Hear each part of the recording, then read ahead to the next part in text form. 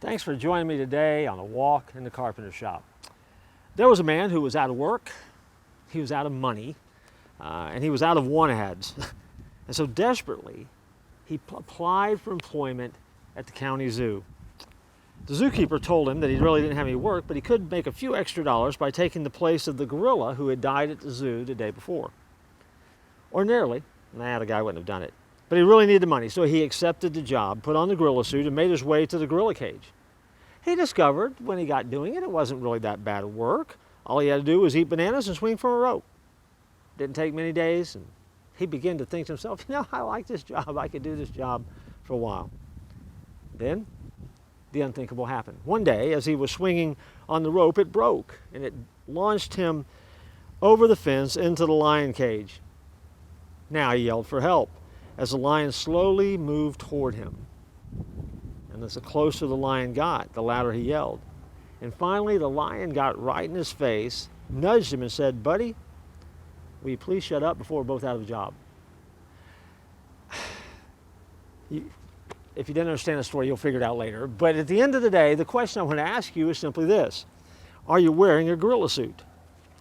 See, the difference between some followers and the man in the gorilla suit is that he was forced into his role, but we aren't. We tend to choose roles for which we're not suited, which leads to misery and frustration.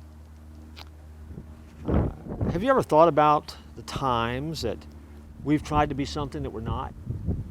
I know a lot of followers out there who are trying their best to be good, only to forget that in Mark 10:18 we discover that no one is good except God alone. But we pretend to be pure and good, and we want those around us to think that we're pure and good. So in essence, we're putting on a gorilla suit. Here's the grim, gritty reality about my life and your life and the people that you know. And we'll talk about them because they're not here. On our best day, we are still broken, helpless, hapless sinners. I can do my best to try to act good, and I should. I can do my best to try to be pure, and I should. But at the end of the day, I'm not good, and I'm not pure.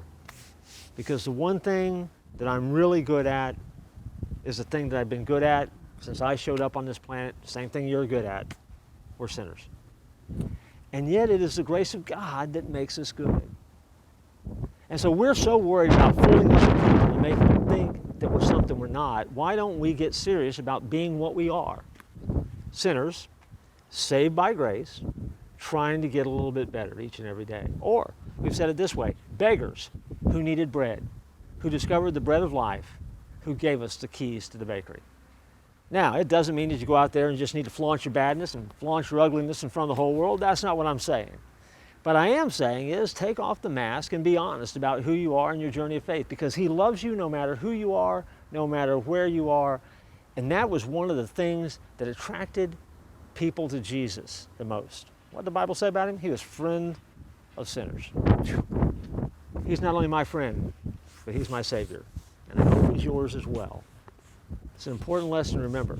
Don't be what you're not. Strive to be who you were created to be. You can't do that without it, no matter how hard you try. I'll join you next time here in the Carpenter Shop.